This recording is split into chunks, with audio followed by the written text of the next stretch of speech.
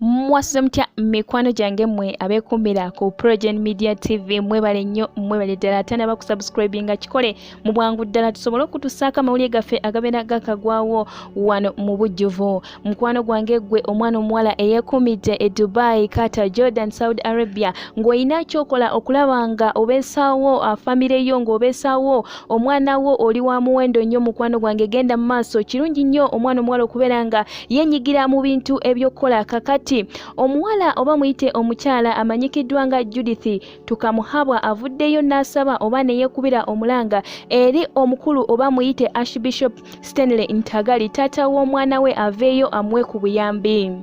Omuwala ono yavuddeyo n'awandiikira ababishopusi bonna aba Church of Uganda ebbaluwa ng'ayitira mu Right Reverend Dr. Stephen Kazumba Mugalu ng'amutegeeza nti asaba Archbishop Stanley Ntagali aveeyo awe omwana we obuyambi. Kigambibwa nti ababiri bano babadde baliko mu nkolagana omwaka nga gumu emabega ate enkolagana yaabwe eno nevaamu ettu erimanyikiddwa ng'ery'omwana ssaawa zino awezezza emyaka 2.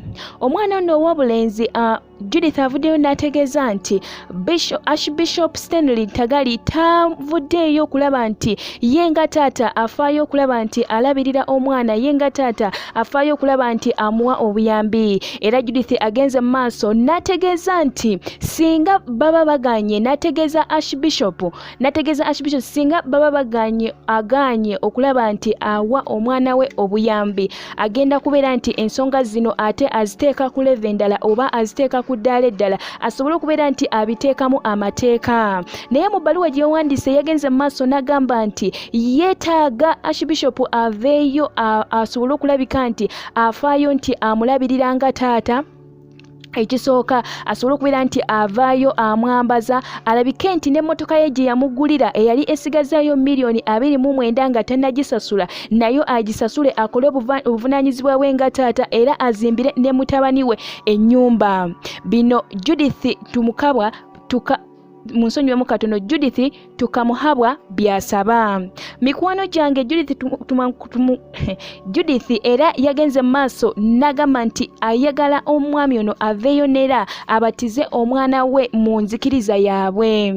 Yagenze mu maaso n'ategeeza nti ye maama w'abaana 3 mu kaseera kano talina buyambi gy'agenda kubujja era asaba Archbishop ono aveeyo amudduukirire kubanga yali mukyala mufumbo ng'afumbiddwa eri Archbishop oba muyite Reverend amanyikiddwa nga Christopher naye enkolagana yaabwe akaseera kano tekyaliwo ne bizinesi gye yali akola yagimujjako kubanga awanuza nti agamba nti kasa yayagala Archbishop Stanley Ntagali n'agamba nti amulese era amuggyeko emikono gye.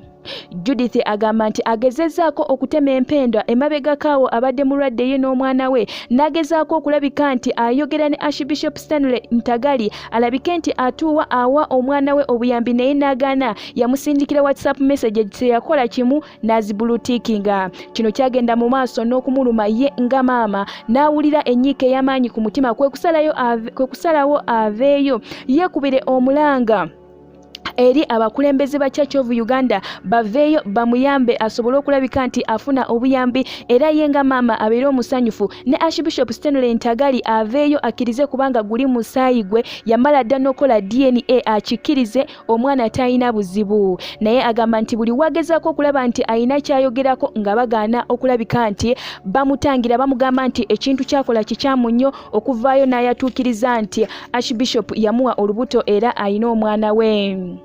Amawulire galaga nti twagezezzaako n'okulabika nti tugenda ne tutuukirira Mugalu oba muyite Kazimba yagamba nti ensonga zino talina kyagenda zoogerako kubanga z'amaka bo nga bo beesootinge babeeko kye boogera batuule ku mmeeza bazitereeze. Mukwano gwange gwe eyeekuumidde ku Progen Media Television tusiima weebale nnyo weebalire ddala naye ate n'amawulire gaffe okyayinza okugasanga ku progenmedia.com aga entertainment ko n'ag'ebyemizannyo. Tusiimye nnyo tusiimidde ddala kankomewo tovaawo.